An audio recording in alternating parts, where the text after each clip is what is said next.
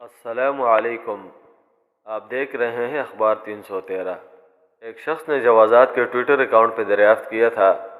کہ مملکت میں 40 برس سے مقیم تھا، اپنے ملک کے قانون کے مطابق نام تبدیل کیا، جس میں اخبار میں بھی اشتہار دینا اور دیگر تمام مروجہ قانونی امور کی انجام دہی شامل تھی۔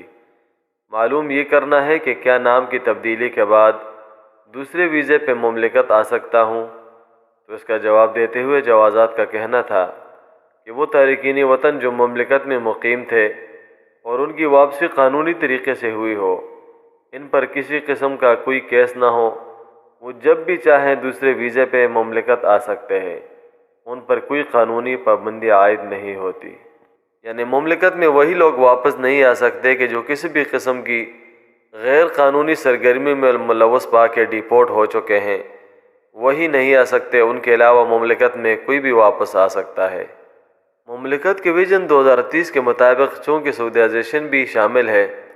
اس حوالے سے غیر ملکی تارکین وطن جو غیر قانونی مقیم ہے، ان پہ قانونی حوالے سے بہت سختی کی گئی ہے اور ابھی تک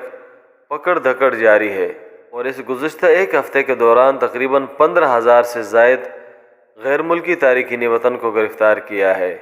غیر قانونی تارکین وطن کے خلاف کام کرنے والی مشترکہ کمیٹی نے کہا ہے کہ کل گرفتار شدگان میں سے 8,816 یہ صرف اقامہ قوانین کی خلاف ورزی کرنے والے ہیں، یعنی جن کے اقامے ایکسپائر ہیں اور یا جن کے پیچھے اس کے کفیل نے کسی وجہ سے حروب دے رکھا ہے، جبکہ ان میں سے 2,554 تارکین وطن وہ ہے